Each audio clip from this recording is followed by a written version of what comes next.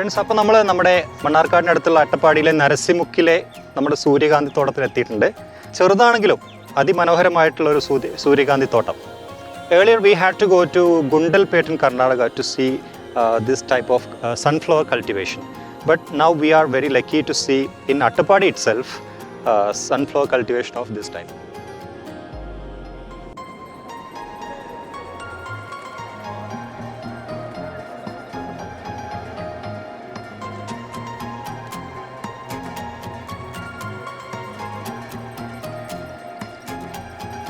Hi friends, good morning. ഇന്ന് രാവിലെ തന്നെ അട്ടപ്പാടിയിലേക്കാണ് സൈക്കിളിൽ. ഞാനും നമ്മുടെ ക്യാപ്റ്റൻ അദ്ദക്കുണ്ട്, നമ്മുടെ കൊച്ചു ജോസുട്ടിയുണ്ട്, ജോസിൻ്റെ പപ്പ ഷിനോജ് ഉണ്ട്. അപ്പോൾ ഞങ്ങളിന്ന് സൈക്കിളിൽ രാവിലെ, ഇപ്പോൾ സമയം ഏകദേശം ഒരു 5:45 കാണും. നമ്മൾ സുനിലും കൂടെ വരാനുണ്ട് ആനമുളി വരെ. സുനിലിനെ വെയിറ്റ് ചെയ്യാണ്. ഏതായിരുന്നാലും ഇന്ന് നമ്മുടെ സ്വന്തം അട്ടപ്പാടിയിൽ സൂര്യകാന്തി കൃഷി ഉണ്ടെന്ന് കേട്ടിട്ട് അത് കാണാൻ വേണ്ടിയിട്ടുള്ള പോക്കാണ്. അപ്പോൾ ഏതായിരുന്നാലും സൂര്യകാന്തി പാടത്തിൻ്റെ വിശേഷങ്ങളും അതുപോലെ അട്ടപ്പാടിയുടെ ഈ മഴക്കാലത്തെ വിശേഷങ്ങൾക്കുമായിട്ട് നമുക്ക് വീഡിയോയിൽ കാണാം.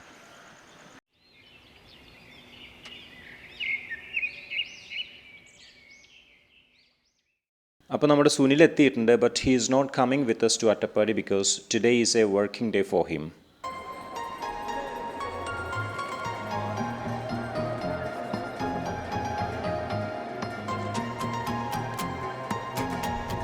അപ്പോൾ നമ്മൾ ആനമുളി ചെക്ക് പോസ്റ്റ് എല്ലാം കഴിഞ്ഞ് നമ്മുടെ സ്വന്തം അട്ടപ്പാടി ചുരം റോഡിലേക്ക് കയറിയിട്ടുണ്ട്. Now we have entered into the ghat road towards Attappadi. Our Joseph has gone back because he has online class today. അപ്പോൾ ഞാനും അദ്ദക്കയും ഷിനോജും കൂടെ നമ്മുടെ അട്ടപ്പാടി കയറ്റം കയറി തുടങ്ങിയിട്ടുണ്ട്. We have started climbing the ghat road. ചുരത്തിൽ അത്യാവശ്യം നല്ല കോടമഞ്ഞും ഒപ്പം നേർത്തൊരു ചാറ്റൽ മഴയുണ്ട്. In addition to the fog, it is slightly drizzling.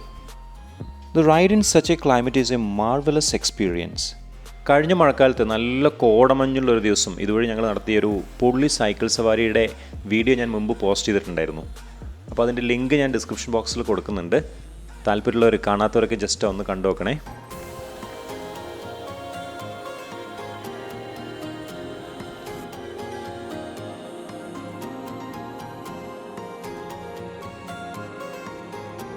മോളിലേക്ക് പോകുന്തോറും കോടമഞ്ഞ് കൂടി വന്നുകൊണ്ടിരിക്കുകയാണ്.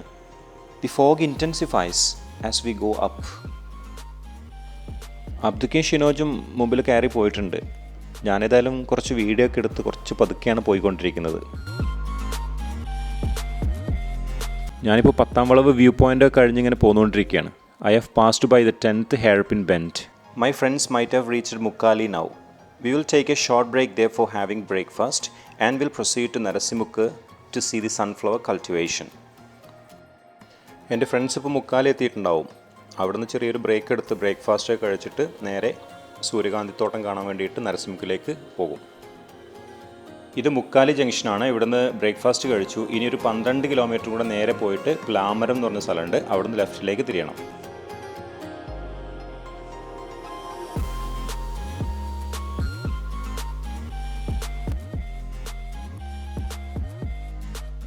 This is the Plamaram junction. From here, we have to take the left turn and proceed for 3.5 kilometers to see the sunflower cultivation.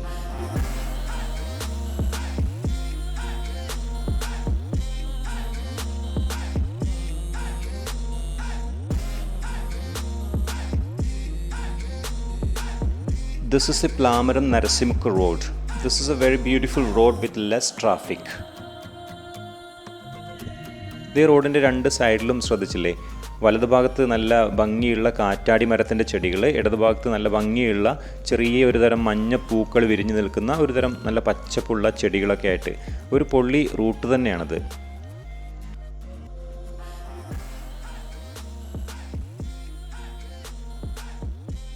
നമ്മളിപ്പോൾ നമ്മുടെ നരസിമുക്കിലേക്കുള്ള യാത്രാമധ്യയാണ്. ഇനി just ഒരു 2.5 കിലോമീറ്റേഴ്സും കൂടെ നമുക്ക് പോയാൽ മതി നരസിമുക്കിലേക്ക്.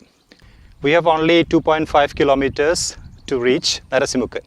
സോ നമ്മളിപ്പോൾ ഇവിടെ ഒരു വലിയൊരു ആൽമരം, നല്ല ഭംഗിയുള്ളൊരു ആൽമരം കണ്ടപ്പോൾ ജസ്റ്റ് ഒന്ന് ഫോട്ടോ എടുക്കാൻ വേണ്ടി നിർത്തിയതാണ്.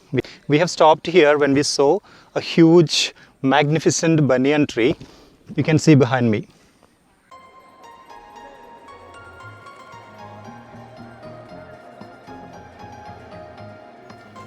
When I saw this huge banyan tree, I remembered the first story in 10th standard English book titled Adventures in a Banyan Tree. It's a huge banyan tree with long branches grown parallel to the earth.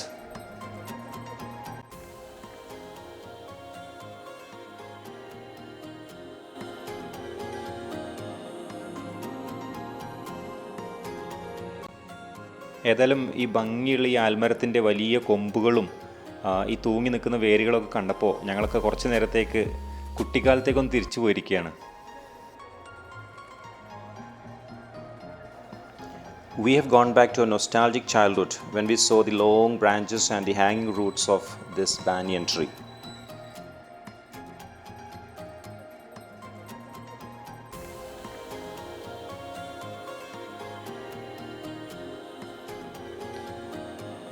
After spending some time under the banyan tree, we are now proceeding to Narasimukka. We are now about to reach the sunflower cultivation. Now we have reached the location.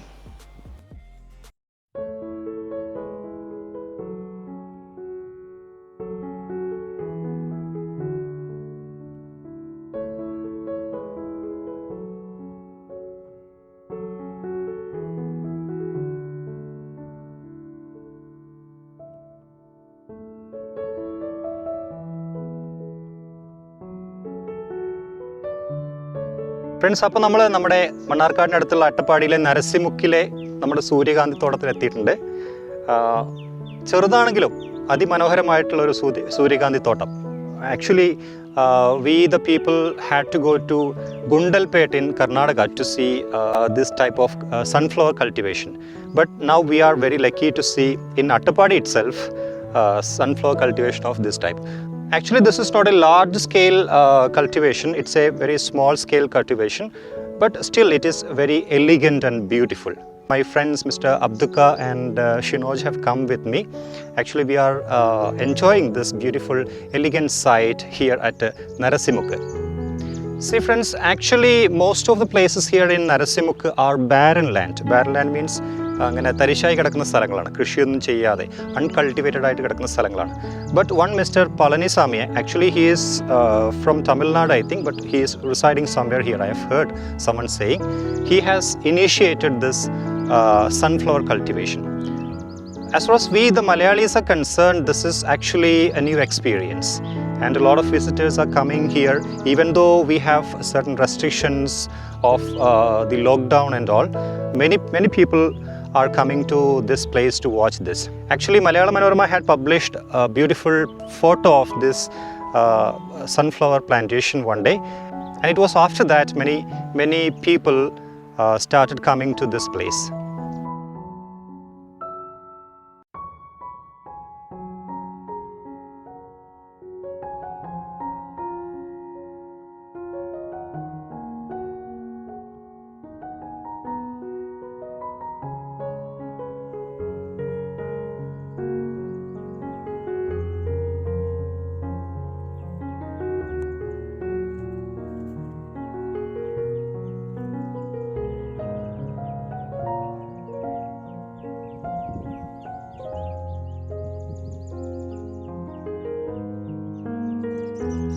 An interesting thing about sunflower is that they're always facing the sun. So now the sun is coming from there, so they are facing the sun there. And if we come in the evening, we can see them, they will be facing the sun. That means they will be facing westward. That's an interesting thing about sunflower. So actually we can say that these sunflowers are passionately in love with sun.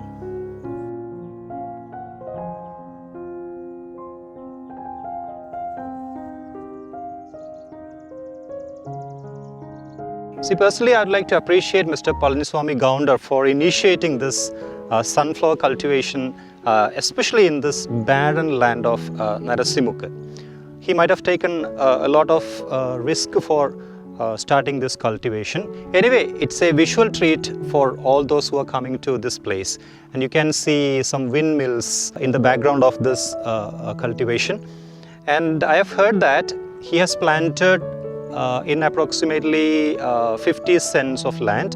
It is believed that approximately 60 kilograms of seeds can be harvested from the flowers.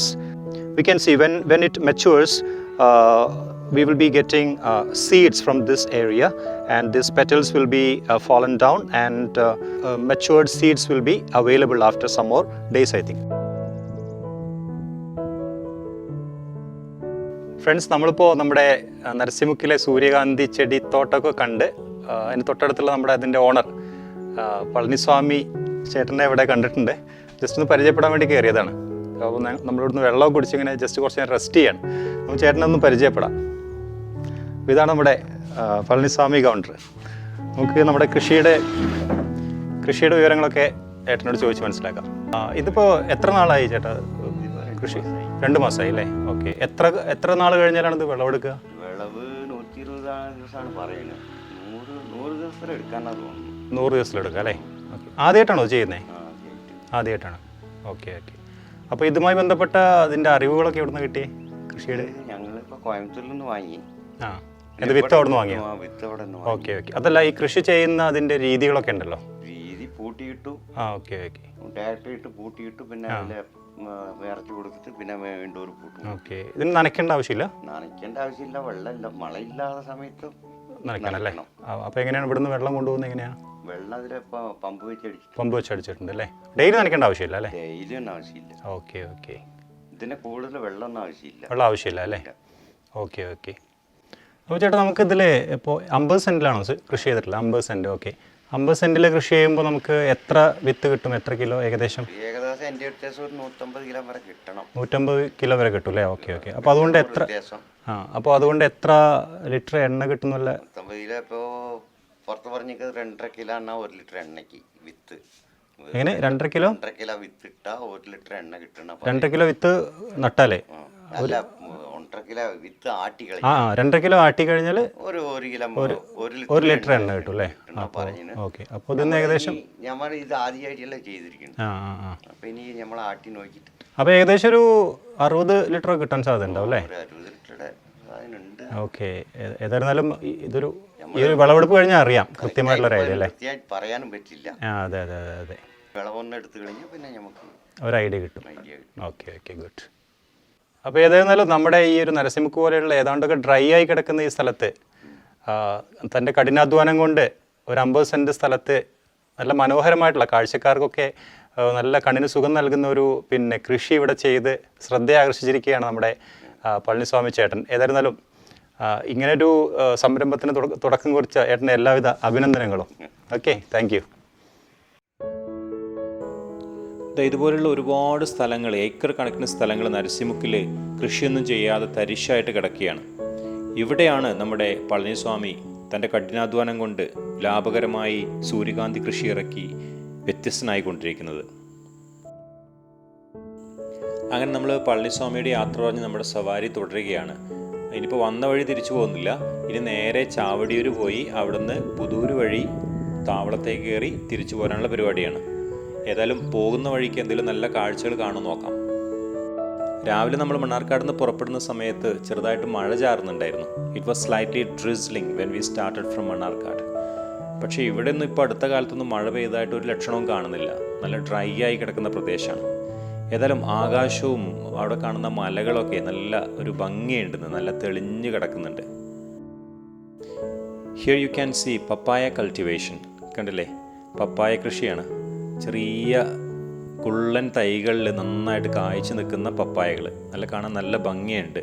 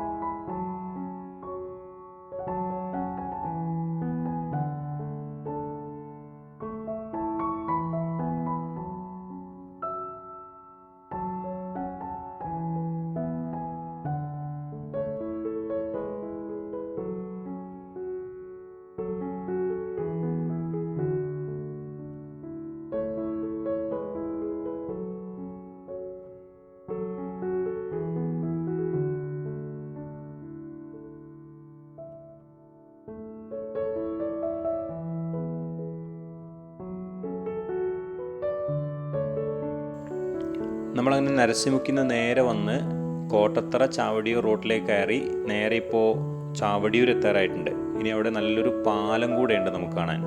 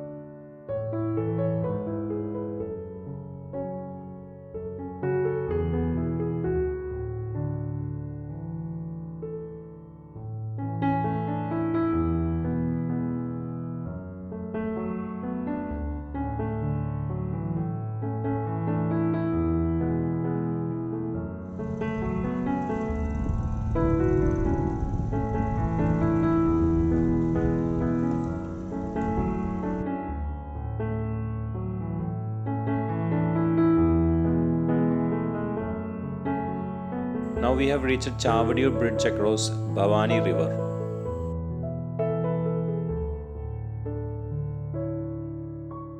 കേരളത്തിൽ കിഴക്കോട്ടൊഴുകുന്ന 3 നദികളിലൊന്നാണ് ഈ Bhavanipuzha. This Bhavani river is one of the 3 rivers that flow eastward